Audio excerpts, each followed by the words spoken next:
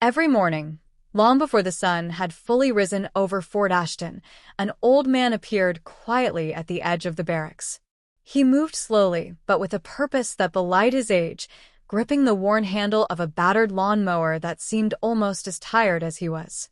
To the casual observer, he was just another figure going about a mundane task, a relic of a forgotten time, trimming the grass like a local retiree seeking a routine or perhaps a distraction. But beneath the steady rhythm of the mower's hum lay a profound solitude, a silent dialogue between a man and the memories etched deeply into his weathered hands and tired bones. There was a certain dignity in his methodical movements, a ritual repeated day after day, that suggested this was more than mere upkeep. It was a form of communion, a way to stay tethered to a past that refused to fade. The old man's face, lined with decades of sun and shadow, rarely betrayed emotion. Yet behind his steady gaze, a storm of memories raged, flickers of distant battlefields, the weight of command, the faces of comrades long gone.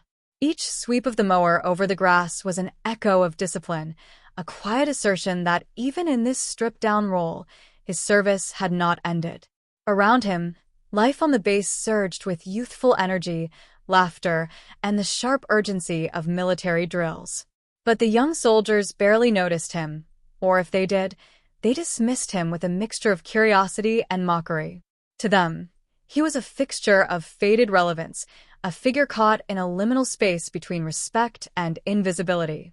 The old man's silence was misunderstood as frailty or confusion, but in truth, it was the measured calm of someone who had seen too much, who carried the heavy burden of leadership without complaint or fanfare. His worn boots shuffled over the uneven earth, each step a reminder of miles traveled, both physical and emotional.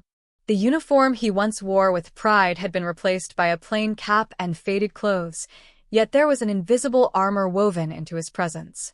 He was both there and not there, a ghost among the living, moving through the world with the quiet resilience of a man who had made peace with the passage of time but refused to relinquish his duty. And in that space between the mower's hum and the morning sun, the old man was quietly rewriting the narrative of what it means to serve, to lead not through titles or medals, but through the unwavering act of showing up when no one is watching. The seeds of doubt had been quietly sown long before the official complaint was lodged.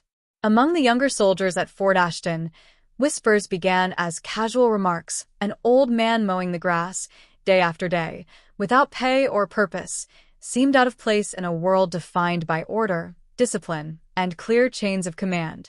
To them, the figure was a curiosity at best, an anachronism at worst. Some chuckled behind his back, while others dismissed him as a harmless eccentric clinging to ghosts of the past. But beneath these surface impressions simmered something darker, suspicion. The military is a place where every badge, every clearance, every step onto the base is accounted for, and an unknown presence, no matter how benign, became a puzzle that unsettled the rigid order. The soldier, who first posted the mocking photo, didn't fully understand the gravity of his act. To him, it was a joke, a moment of levity during a morning routine that otherwise felt oppressive. But as the image spread through social media, comments piled up, some curious, some concerned, others outright hostile. Who let this man onto the base? Is this some kind of security breach? Is he a veteran struggling with his past?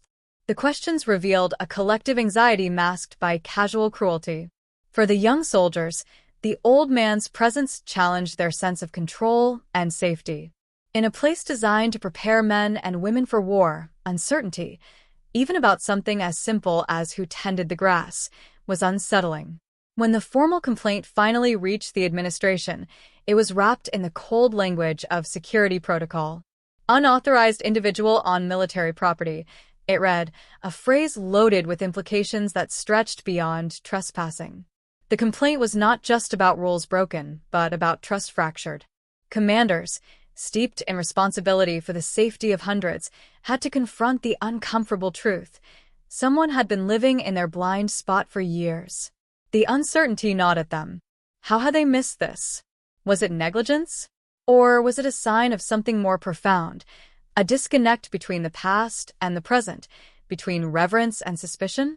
For the old man, the confrontation was inevitable, yet deeply unsettling. When the MPs approached him that morning, their hands hovering near their holsters, the unspoken tension filled the air. The old man's calm was a fragile shield against the rising storm of doubt. His explanation was simple, almost wistful. He had been allowed. He had always been here. He was only doing his duty in his own way. But words carried little weight against procedures and regulations.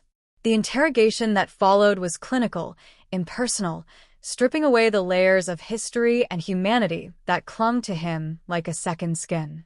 In that sterile office, with fluorescent lights casting harsh shadows, the old man's silence spoke volumes. The yellowed retirement document he produced was a relic of another era, proof of a life once dedicated to service, but now dismissed as obsolete. The lieutenant's polite but firm rejection was a dagger, not just to the old man's presence on the base, but to his very identity. The system, built on current clearances and up-to-date credentials, could not accommodate the quiet devotion of a man who had already given so much. As he was escorted off the base, the weight of invisible wounds pressed down harder than any physical injury ever could. The laughter of the young soldiers now felt like a distant echo, replaced by a haunting silence, the silence of respect unearned, misunderstood, or withheld. The morning air at Fort Ashton was crisp but heavy, charged with an unspoken tension that seemed to cling to the very grass the old man had been tending for years. The MPs approached cautiously, their steps deliberate yet tinged with uncertainty, a reflection of their own internal conflicts. Here was a figure who belonged to another era, a relic of the past quietly defying the rigid structures of the present. As they asked for his credentials, the old man's calm gaze met theirs, unyielding but weary, like a man who carried the weight of countless battles not just on his shoulders, but deep within his soul. His hands, rough and steady from years of labor and command, reached slowly into a pocket and pulled out a folded piece of yellowed paper, its edges softened by time. The MPs exchanged glances, their training urging suspicion, their hearts wrestling with empathy. This was no ordinary trespasser, no careless civilian trying to sneak onto secure grounds. This was something else entirely, a ghost from a history they barely understood, a man whose silence spoke louder than any official badge could. The lieutenant's voice was measured, trying to balance authority with respect, explaining the protocols, the necessity of current credentials, the impossibility of his continued presence without them. But beneath the formal words lay a palpable discomfort, a recognition that this confrontation was about more than rules. It was about identity, dignity, and the invisible scars carried by those who serve. As the old man quietly surrendered his mower and followed the MPs to the security office, the sterile walls closed in like a prison, cold and unforgiving. The interrogation was clinical, stripping away years of service and sacrifice into mere paperwork and procedural demands. His retirement form, dated decades earlier, was a relic that failed to speak to the man he remained beneath the faded ink, still a leader, still a protector, still a soul tethered to a duty that transcended time. The lieutenant's polite but firm rejection echoed in the room. Without current clearance, there was no place for him here. In that moment, the old man's eyes held a flicker of something deep and unspoken, a mixture of resignation, pride, and sorrow. The system that had once honored his command now saw him as an anomaly, a security risk, a forgotten chapter in a story they had moved beyond. As he was escorted from the base, the quiet dignity with which he walked belied the internal fracture between a man's unyielding devotion and a world that no longer recognized it. The MPs, left behind with their badges and radios, were left to grapple with the unsettling truth that sometimes the greatest battles are fought not on distant fields, but within the hearts of those caught between past and present, honor and obsolescence. The ripple of that single photo, captured in a moment of ignorance and shared with careless fingers across social media, spread far beyond what anyone could have anticipated. What began as a simple joke among young soldiers, mocking the old man who mowed the barracks grounds, soon turned into a catalyst for a deeper, more complex reckoning. The laughter that once filled the barracks corridors gave way to whispers, then murmurs of confusion, concern, and eventually indignation. Behind the screens, behind the curt comments, there was a collective unease settling in, a dissonance between perception and reality that gnawed quietly at the base's conscience. The community's reaction was not just about an old man on the base, it was about their own identities, their own fears and insecurities. For many young soldiers, the idea that someone could have dedicated decades of their life to leadership and service, yet live unnoticed, unacknowledged, was unsettling. It challenged their understanding of respect and authority, and forced them to confront the uncomfortable truth that honor is not always loudly proclaimed or ceremoniously awarded. Instead, it can be quiet, unassuming, hidden in the daily, uncelebrated acts of dedication that go unseen by the masses. As stories began to circulate, veterans and senior officers weighed in, their voices carrying the weight of experience and memory. Some expressed concern for the man's well-being, interpreting his presence as a symptom of a larger problem, veterans lost to the system, overlooked and forgotten. Others were angered by the apparent breach of security, fearful that such lapses could jeopardize the safety of the entire base. Yet amidst the conflicting perspectives, one undeniable fact emerged. The man was not just any stranger. His name was Richard Hale, a decorated lieutenant general, a leader whose legacy was etched deep into the very fabric of Fort Ashton. This revelation hit the community like a seismic shock, fracturing preconceived notions and forcing a collective introspection. The young soldiers who had mocked him now found themselves grappling with guilt, their earlier disdain replaced by a dawning respect mixed with shame. The commanders, too, faced their own reckoning. How could a man of such stature have been so quietly present, so profoundly overlooked? The emotional weight of this oversight settled heavily on the base, stirring conversations about memory, recognition, and the human cost of war and service. For Richard Hale, the unveiling of his identity was neither triumph nor vindication, but a quiet moment of sorrow. To be known only after years of silent labor, after the sting of dismissal and doubt, was a bitter reminder of the distance between who he was and how he was seen. Yet beneath that sorrow was a resilience born of decades of experience, an understanding that respect, true respect, cannot be demanded. It must be earned and recognized, often in the smallest of acts.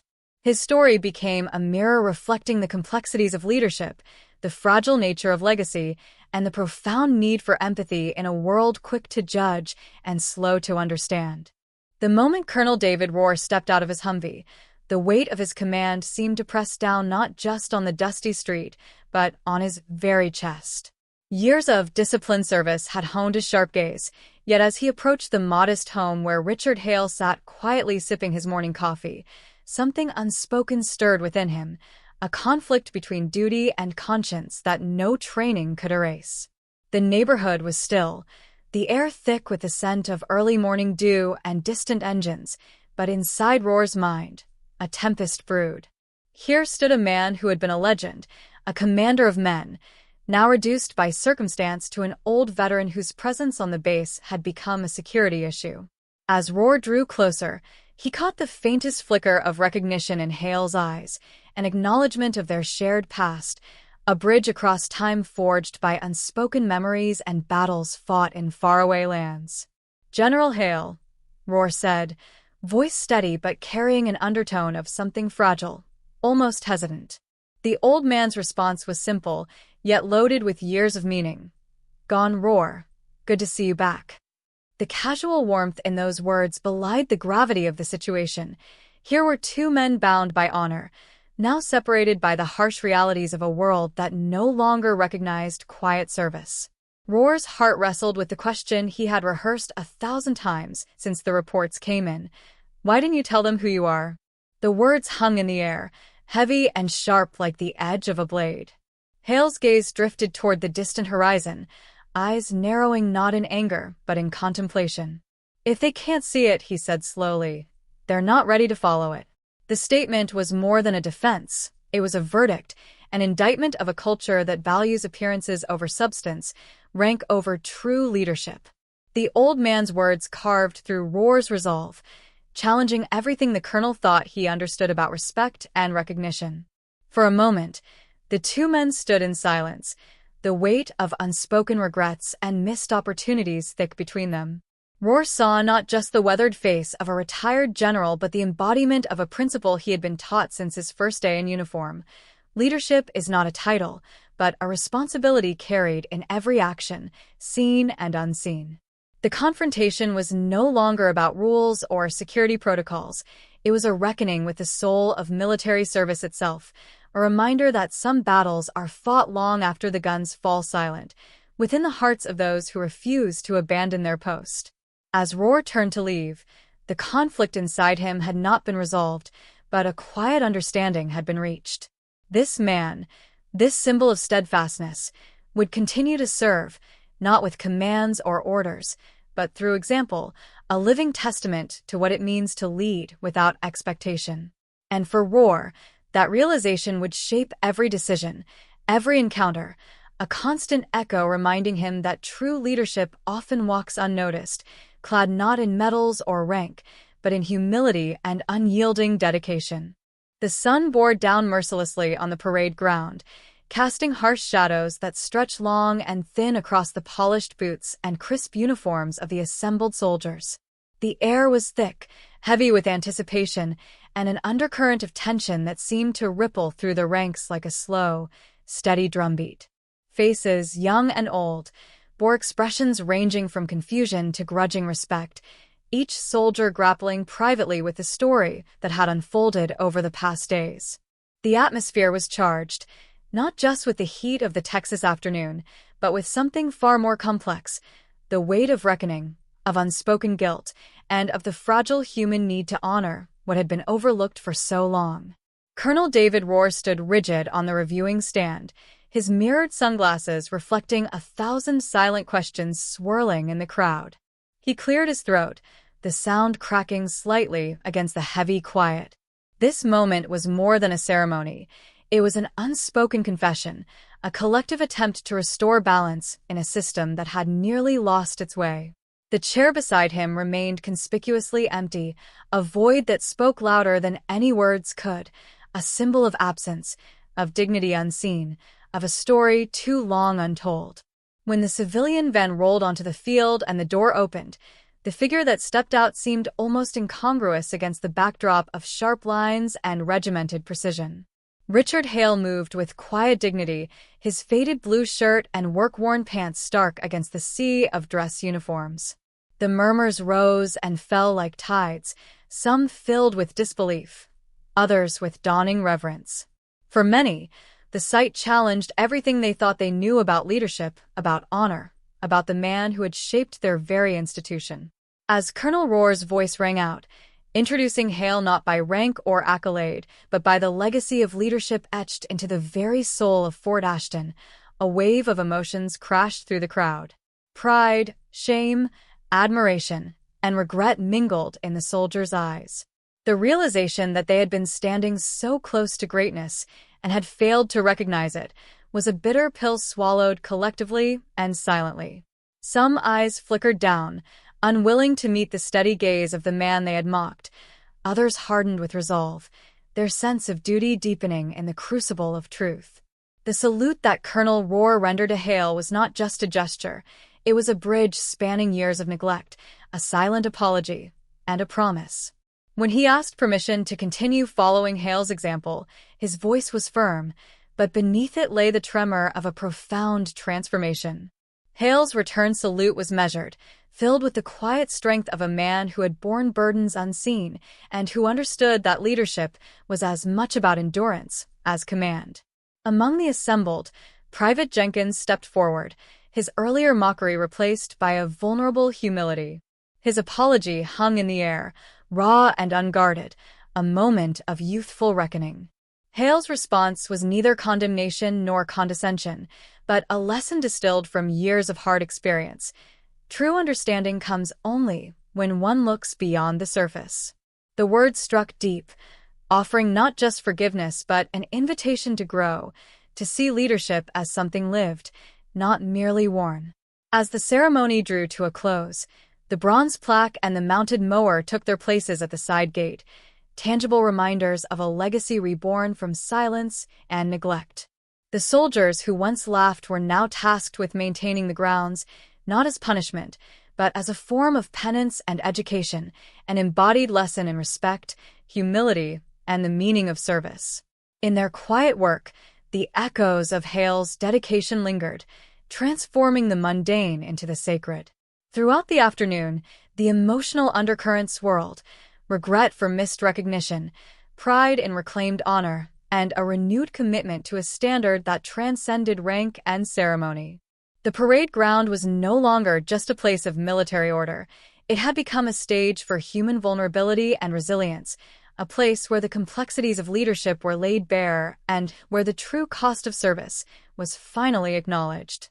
The sun began to dip low, casting a golden glow that seemed to soften the hard edges of the day, as if offering a benediction on a story that had, at last, found its voice.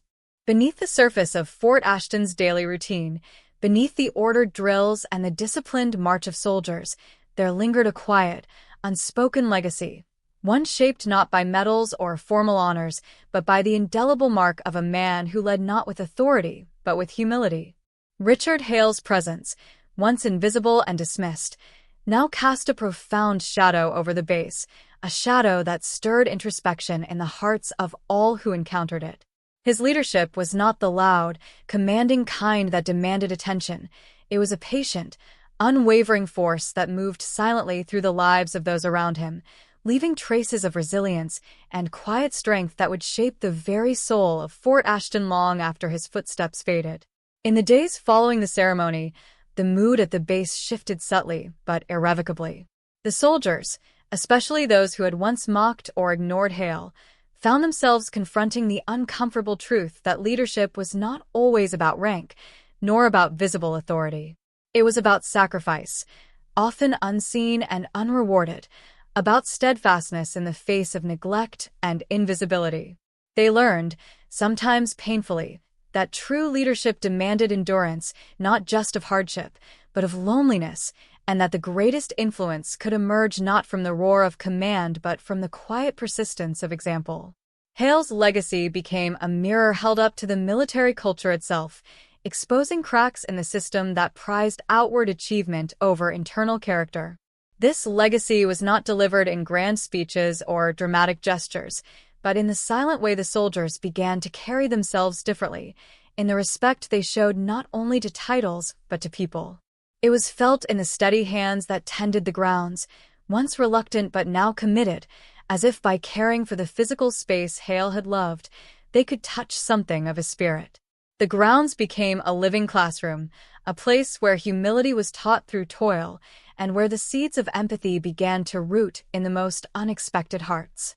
For Colonel Rohr, the experience was a profound awakening. The encounter with Hale unsettled the rigid structures of his own understanding and forced him to reconsider the very meaning of command. The weight of tradition, the necessity of order, all remained, but they were now tempered by a deeper awareness that leadership was as much about moral courage as strategic acumen. Rohr's internal conflict, once a source of frustration and doubt, gradually transformed into a compass guiding his decisions, a silent vow to seek the humanity behind every rank, to listen before judging, and to lead with a humility that honored the invisible battles fought by those who serve. In the quiet moments of reflection, the story of Richard Hale unfolded as a psychological drama played out within the minds of those who had witnessed it. It was a drama not of external conflict but of internal reckoning, a struggle to reconcile pride with humility, ambition with service, and authority with vulnerability. The lessons embedded in that struggle were not abstract ideals but lived truths, demanding that each soldier confront their own fears of insignificance and learn that to lead was to serve without expectation of reward, to inspire without need for recognition. Ultimately, Hale's legacy was a testament to the enduring power of quiet leadership, a reminder that the truest influence is often the least visible, that the greatest battles are sometimes fought in silence, and that the deepest strength lies in the courage to persist. His life became a narrative woven into the very fabric of Fort Ashton, an ever-present call to honor not just the heroes celebrated on parade days, but the unsung warriors who carry the burdens of leadership in the stillness between commands. This legacy, fragile yet unbreakable, promised to shape generations, urging each to look beyond the surface and find in themselves the quiet strength to lead as he had done, with patience, resilience, and an unwavering heart. Beneath the outward discipline and structured routines of Fort Ashton, a deeper, quieter transformation was taking place, one that challenged the very essence of tradition and honor within the military community. Richard Hale's story was no longer just a tale of a forgotten general quietly mowing the grass. It had become a catalyst for a profound reevaluation of what it truly means to lead and to be respected. The plaque and the mower, once mere symbols, evolved into enduring emblems of humility, sacrifice, and the unseen burdens carried by those who serve. In this way, the legacy of Hale extended far beyond the ceremonial and superficial. It seeped into the collective consciousness of the base, touching minds and hearts with a slow, persistent force. This transformation was not immediate or easy. The soldiers who had once mocked the old man faced an uncomfortable confrontation with their own prejudices and insecurities. The laughter that had once echoed across the parade grounds now turned to silence, and in that silence, an internal dialogue emerged, a psychological drama played out behind stoic faces and disciplined postures. There was guilt, certainly, but also a tentative recognition that respect cannot be commanded by rank alone. It must be earned, lived, and demonstrated every day. For many, this realization stirred an emotional reckoning, forcing them to question the values they had been raised to uphold and to confront the fragility of their own identities within the rigid hierarchy. The rituals of Fort Ashton began to change in subtle ways, reflecting this shift in understanding. No longer were ceremonies solely about medals and displays of power. Instead, they incorporated moments of quiet reflection and personal testimony, allowing space for the stories of quiet leaders like Hale to be honored alongside those of battlefield heroes. These moments became psychological touchstones, encouraging soldiers to explore the complexity of leadership, not as a set of external symbols, but as a deeply human experience marked by perseverance, humility, and moral courage. The grounds around the bronze plaque became a sacred site, a place where soldiers came not only to pay tribute, but to connect with the invisible lineage of sacrifice that Hale represented. Within the private thoughts of individuals, this legacy resonated deeply. Some wrestled with feelings of shame and regret, haunted by the knowledge that they had once dismissed the very qualities that now defined true honor. Others found solace and inspiration, seeing in Hale's quiet dedication a mirror for their own struggles with doubt and invisibility. This internal drama was not simply about acknowledging a forgotten hero, but about grappling with the painful truths of vulnerability and imperfection within themselves and the institution they served. Leadership, they realized, demanded an emotional resilience that transcended the battlefield, a courage to be humble, to serve without recognition, and to find strength in quiet persistence. Even Colonel Rohr, the embodiment of military authority, underwent a profound psychological shift. His encounter with Hale peeled back layers of rigid formality to reveal a more nuanced understanding of command, one that embraced empathy as a vital component of leadership. This subtle softening of his demeanor did not diminish his authority. Rather, it enriched it, allowing him to lead with a deeper awareness of the human struggles beneath the uniform. His reflections became a quiet rebellion against the impersonal machinery of military tradition, a commitment to honor not just the rank but the person behind it, and to cultivate a culture where respect was rooted in character, not merely protocol. Over time, Fort Ashton's culture began to embody this legacy in tangible ways. New traditions emerged, emphasizing the importance of quiet service and the dignity found in everyday acts of care. Soldiers rotated through duties once dismissed as menial, now seen as vital contributions to the spirit of the base. The story of Richard Hale was woven into training programs, not as a historical footnote, but as a living lesson in the psychological realities of leadership, the loneliness, the silent sacrifices, and the power of humility to inspire true loyalty and respect. This legacy became a psychological anchor for the base, a constant reminder that honor is often found not in grand gestures, but in the steadfastness of character. Thus, the narrative of Richard Hale transcended its origins to become a foundational myth for Fort Ashton, one that honored the invisible battles fought within and beyond the ranks. It revealed leadership as a complex psychological landscape, where courage was as much about enduring obscurity and personal sacrifice as about commanding armies. The base, forever changed, carried this legacy forward not just in ceremony, but in the very attitudes and hearts of its soldiers, ensuring that the lessons of quiet dignity and unwavering service would resonate through generations yet to come.